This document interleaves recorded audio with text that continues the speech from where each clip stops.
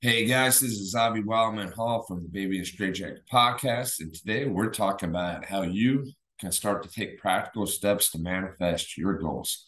So, um, I break down happiness and goal setting into what I call the five pillars. Now, the five pillars really simply are this: it's physical, mental, creative, financial, and last but not least, probably maybe even the most important, which is interpersonal relationships. So, physical. That these are your a little bit like your sports goals, right? You want to get in better shape. You want to run a longer distance, get a faster time. You want to lose weight. You want to go on a diet. You want to be more healthy, right? Uh, for me, this is martial arts. This is lifting weights. This is running, swimming, triathlon, stuff like that. Um, these are physical goals that are important, right? Um, the second pillar, uh, mental, right? Now, I think of this as intellectual. Like, what are your goals with your education? Yeah. Do you want to read more books per, a year or just more often? Is there a degree that you're trying to work towards so you can better your life, better yourself? Um, just, things like this. Third pillar, creativity, right? Um, this is extremely important too. How are you artistically expressing yourself? Do you have an art form? Everyone needs an art form. Everyone needs a way to express themselves. Right now, making YouTube videos, this is a creative way to express myself. But drawing is a creative way. Playing music is a way. Any type of art form you can think of. I think every human being, to be a fully happy and balanced individual, they need at least one way to express themselves creatively. And the better they are at doing that art form, the better they can express themselves, the happier they'll be. Pillar number four, financial. Now, this is the one that gets focused on a lot because we live in a material world. Many of us live in the West, or not even just the West. Right? You could be anywhere. You could be in China, you could be in India, or I mean, in this material world, that there's this emphasis on material wealth. And I'll be the first one to tell you how important money is. It's very important. If you don't have enough money, it's a really big problem. So I'm not here to tell you that money isn't important. Um, at the end of the day, what money does for you is it gives you options. Now, having said that, if you can have all the options in the world, and if you pick the wrong option, you will still be unhappy. So money does not guarantee you happiness. Money guarantees you options, gives you choices. And if you're wise enough to make the right choice, then money can definitely cause, it can lead to happiness in your life. So, yeah, what are your financial goals? How do you plan to do that? Um, what's your career? What are your investments? How are you saving money? Are you giving to charity? So that's the fourth pillar. And then the fifth pillar is our interpersonal relationships. And then I break this down into three subgroups, right? And one is your family. What's your state of your family like? What are your familiar relations? This is probably our most important interpersonal relationships we'll ever have. And it's the one we have the least control over because we don't get to choose who our family is. We don't get to choose who our mom, dad, or dad is, brother, sister, cousins, whatever. So a lot of happiness can be dependent on whether you have a really good family, do you have a safety net, do you have something reliable, or vice versa? Is that absent? Do you come from a broken home? Are things pretty dysfunctional, chaotic, bad, toxic? The second of the three subgroups I say is friendship. Do you have healthy friendships? Do you have people that you have shared interests with, that shared thoughts, someone you can have a good conversation with, someone that you can do an activity that you love to do, someone who you just connect with on some level. Having good friends is essential in life. You have to have good friends. You must. It's one of the human needs. And then third is your romantic relations, right? And once again, this is also extremely, extremely important. I put it in a third category because it's a completely different type of relationship. Do you have a significant other? Um, is it a healthy relationship? Um, just are your needs being met? Are you too codependent on the other person? Are you too distant?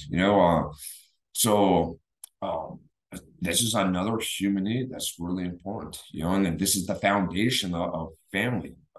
Romantic relations in an ideal world are leading or building up to um, creating a family with the other person, procreating, building something that can give, create life from the next generation, right? And continue the cycle as we go through space and time. But um, so those are my 5 pillars. So what I would do if I were you right now, to pause this video and just with a pen and paper, write down every single goal that you have, right? Just whatever is big or small, anything that you really want that's important to you, write it down. So I'll pause it right now. Go do that. Okay, so hopefully by now you stopped and were able to write down some of your goals. I know when I did this, I came up with a list of at least 10 different things. And they were all across the spectrum. Some were physical goals, some were interpersonal goals.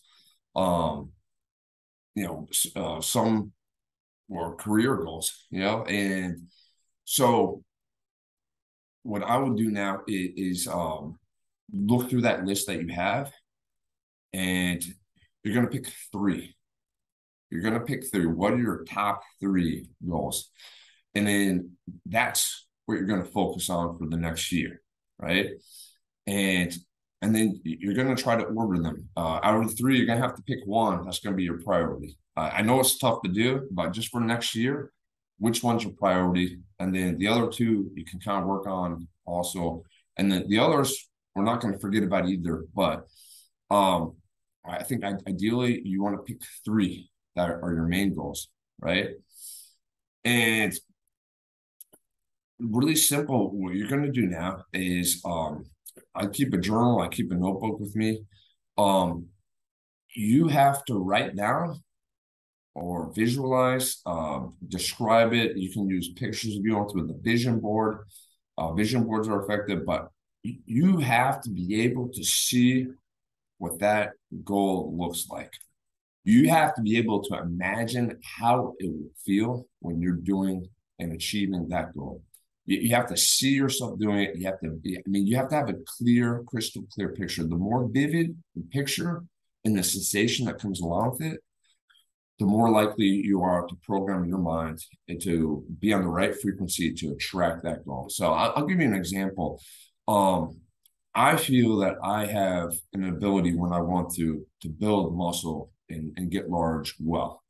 And I truly believe part of the reason I've been successful with building muscle versus compared to other sports I pursued, right, is that I have a very clear picture of what I'm going to look like when I get really huge. When I get I can already see it. I already know what I'm shooting for. I have this crystal clear picture of what I will look like. Now let's compare it to something else that I really, really love, which is jujitsu. My progress in jujitsu, although it's been very successful, is not as been as clean or as linear or as quick as when on the times of my life when I've decided to just really go after lifting weights and just kind of sculpt my body into this body that I want. And I believe it's because in my head, I'm thinking, oh, I want the next belt. I want to be a brown belt. And I have an idea in my head of me with a gi and a brown belt on, but I can't see myself what the difference is. I can't see how I'm rolling differently as a brown belt versus a purple belt. And so this is a personal goal of mine that I want to work on. That is something I just realized as I was getting ready to make this video, because it's within the last year or so, I realized, oh, I don't have as clear of a picture of how to visualize my goal for this jujitsu as I do for like say bodybuilding, right? And like, oh, I think I could achieve this a lot faster if I prime my mind, right?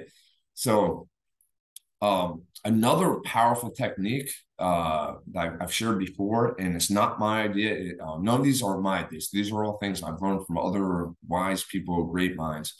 Is how do you program your mind for success for goal setting? And now this powerful technique that I took was from the book Psycho Cybernetics by Maxwell. I call Malcolm Maxwell. I'll link it here. I forget his name off the top of my head, but life-changing self-help book. Of all the self-help books I've read, this is probably the most powerful one. And the technique is really simple. All you're going to do is you're going to remember a point in your life where you experience success, where you experience winning. Now, it can be anything. It could be winning a board game. It could be the first time you remember tying your shoes on your own. It could be a time when you got a good grade on a test or a quiz at school. It could be a time when someone complimented you, maybe your parents told you a good job for something you've done. But whatever it was, just remember a time when you tasted success and you felt happy and you felt good, like you had that feeling. Now, what you're going to do is you're going to visualize that goal that you have using the techniques we had before. I mean, I want you to see it. I want you to feel it. And I want you to have that same feeling of winning or that of success from that prior memory. I want you to feel that. I want you to feel it right here while thinking about that goal. And the unconscious mind works in weird ways. So for the unconscious mind, there's no difference. It is perceiving that that's happening right now. You're literally reprogramming your mind that you've already accomplished your goal, that you're going to accomplish that goal. And then what your mind's going to do in the background, because more than 90% of the thought process is going on unconsciously in your mind through these automatic processes. You're basically calling up the resources within your mind, then that 90% to start working in ways that you can't even understand to attract these goals, right? So, and I'll give you an example how I did. I used to be a extremely talented swimmer when I was a kid, and I was taking first place. And it was this incredible feeling. I was just at the time, as a young kid, I was the fastest swimmer around. And that feeling of winning, I remember that. I remember it felt really good. So I used the same technique when I was going to go do a jiu-jitsu tournament. And this is maybe, I don't know, 4 years ago, 5 years ago. And I hadn't had time to properly train for this tournament. In fact, I was undertrained. I maybe in the 2 months leading up to the tournament, I could count on my fingers how many times I trained jiu-jitsu. So there was no reason for me to do well or let alone win this jiu-jitsu tournament. But I applied this technique. I thought about how I felt when I was winning those swimming competitions, but I thought about this tournament and winning it and how I would feel the same way, right? I literally felt it. I imagined as it was happening, like that same great feeling. You know what happened? I won 7 matches in a row. Took first place in the gi and no gi division, gi and no gi. And I had 4 submission wins out of 7 matches.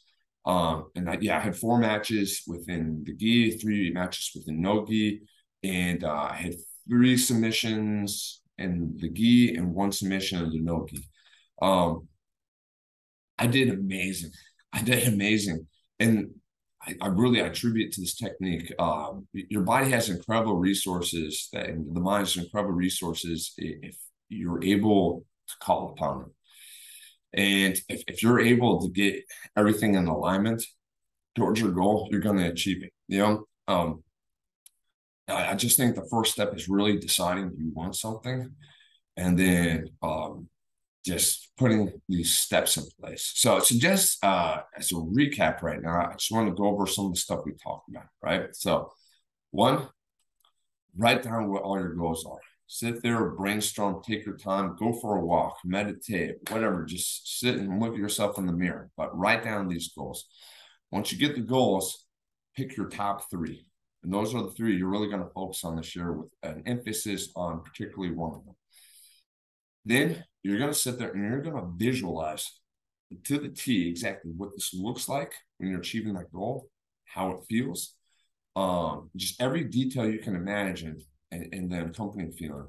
And then the last step is that you're going to remember a time in your life when you had tremendous success, right? And how that feels. And you're going to take that feeling and continue to feel it. And then you're going to feel it as you're visualizing this new goal of yours. And you're going to program your mind that this has already happened, that this is reality. And then the rest of your mind is going to go to work to make it reality. And you're going to be happy. When you get your goal, you're going to be happy. So yeah, that's in a nutshell my introduction to manifesting your goals. How do you approach it? And thank you so much. I'm Zavi Wildman Hall. Until next week, I'll talk to you guys later.